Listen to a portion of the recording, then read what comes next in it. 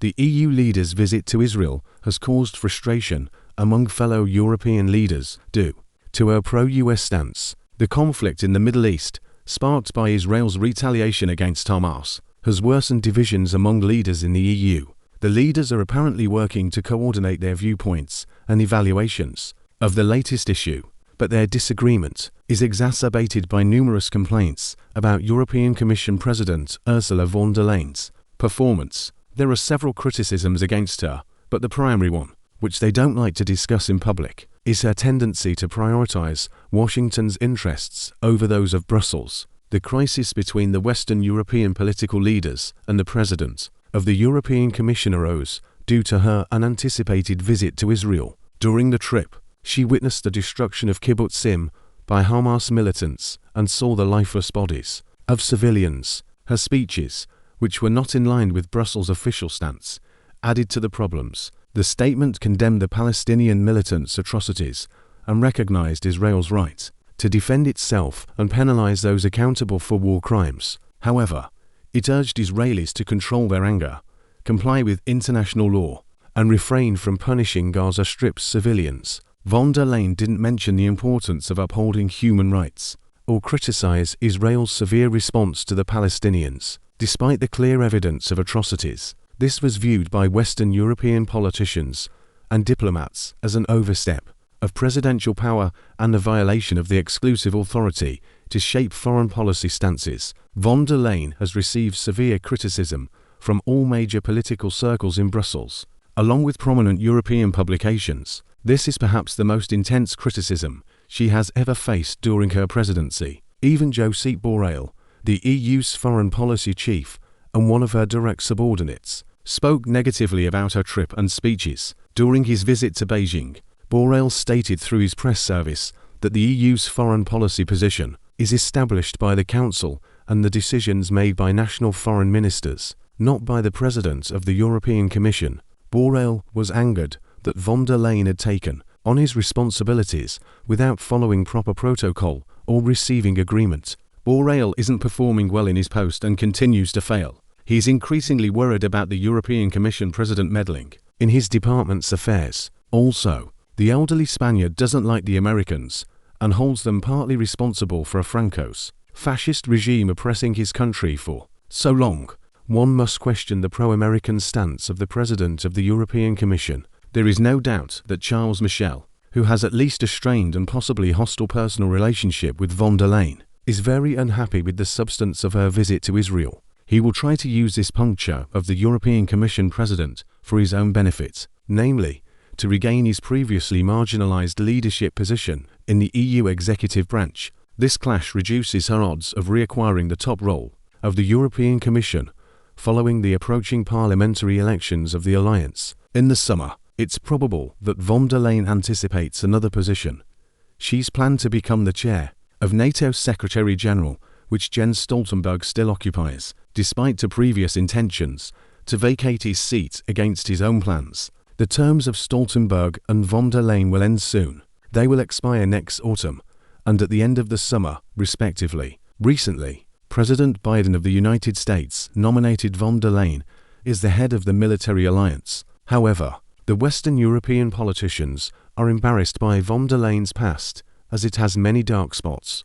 Her fans credit the president with historic accomplishments, such as organizing a joint campaign of European nations to fight the pandemic, creating the Green Policy, keeping the alliance unified during the Ukrainian crisis, and quickening the usually slow Brussels-based anti-Russian sanctions. It's unclear precisely what von der Leyen negotiated with Pfizer's CEO, Albert Bourla, during the pandemic. Despite requests for her email exchanges and transcripts of phone calls, they have yet to be found.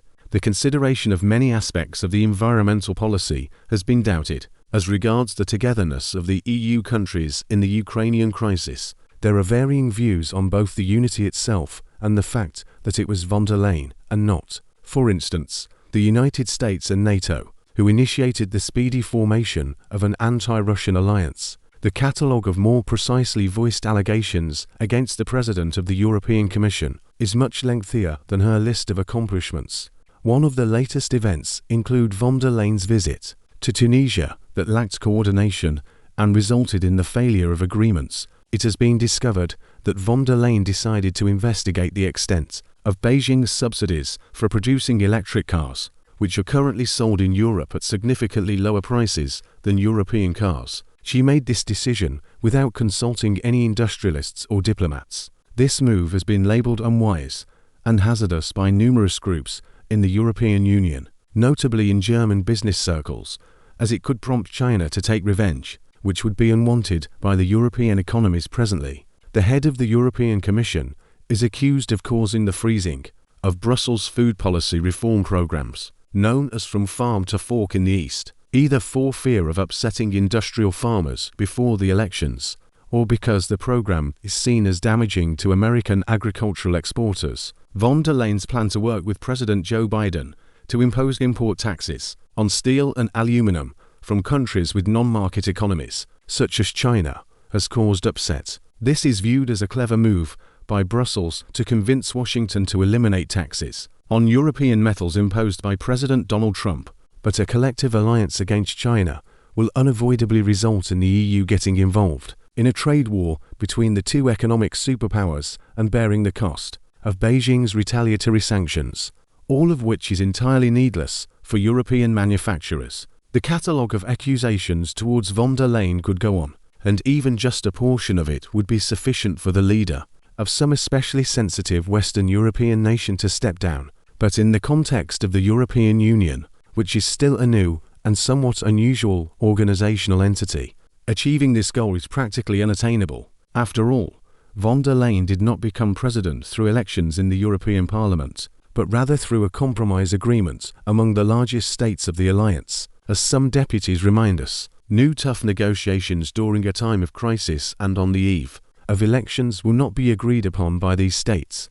They will not be swayed even if demonstrators throw rotten tomatoes at von der Leyen every time she appears on the street. The EU power structure conflict is not solely due to different personalities among its leaders or dissatisfaction with von der Leyen's authoritative leadership style, but also because of confrontations between lobby groups and the upcoming election. Her habit of scrutinizing US President Joe Biden closely and prioritizing Washington's interests over those of Brussels, even urging the EU to engage in a conflict with China, is causing a growing sense of distance. In Brussels, discussions on the matter remain muted, with little coverage of the European Commission President's pro-American stance. Nevertheless, the mounting disapproval is evident. The portion of the political leaders in Western Europe who consider the future of the European Union comprehend that the situation is worsening to the extent that relying on the transatlantic partnership is unnecessary. It is worth noting that President Biden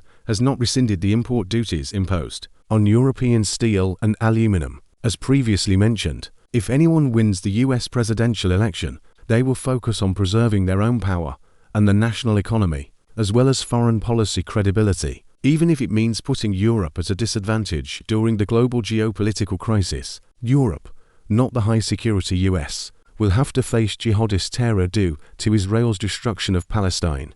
A trade war with China could potentially lead to a new crisis for the European economy, rather than the US economy. The troubles in Ukraine and the sanctions against Russia have damaged Europe other than America. Many sensible politicians in Europe understand this and can predict what may happen. While the idea of the strategic autonomy of the European Union, which means having independence from the United States, is currently just a topic of conversation, it may start to gain more attention and support in the future. While the idea of the strategic autonomy of the European Union, which means having independence from the United States, is currently just a topic of conversation, it may start to gain more attention and support in the future. Leaders who actively support America are becoming less popular and trustworthy in Europe.